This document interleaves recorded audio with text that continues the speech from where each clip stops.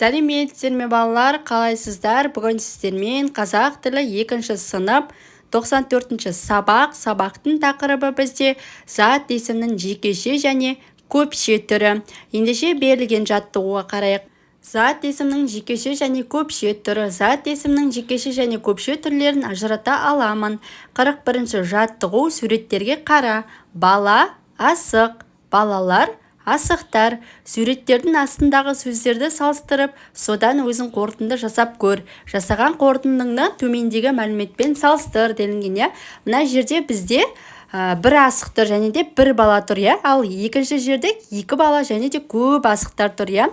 Бұл жерде жекеше деген бір бала, балалар деген көпше болып айтылады. Балалар.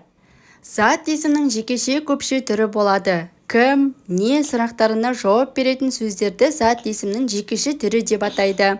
Мысалы, әке, үй, қыз, кімдер, нелер деген сұрақтарына жауап беретін сөздерді зат есімнің көпше түрі деп атайды. Мысалы, әкелер, үйлер, құстар. Ал балалар, келесі 42-ші жаттығу. Өлеңді мәнерлеп оқы. Қарға, қарғалар, қар үстінде жорғалар. Екі шоқып бір қарар, деп жолымды оңғарар. Зат есімнің жекеше көпше түрлерін тап. Зат есімнің жекеше түрі қарға, қар. Зат есімнің көпше түрі қарғалар деп аталады балалар. Ал біздің 43-ші жаттығуымыз жаңылтпашты жатқа жаз. Шірегей сүңгігіш пе, сүңгуір сүңгігіш пе. Шірегей сүңгуір сөздерінің көпше түрін айт. Шірегейлер, сүңгуірлер.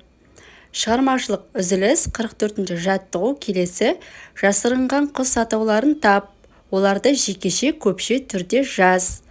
Тоқылдақ, торғай, шымшық, қара.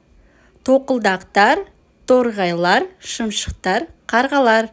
Бұлар көпше, жекеше деп аталады. Балалар. Балалар, біздің сабағымыз осымен аяқталды. Менің каналыма тіркеліп алыңыздар. Менің каналымда қазақ тілі және қазақ әдебиет, математика сабақтарының барлық жауаптарын салып қойдым.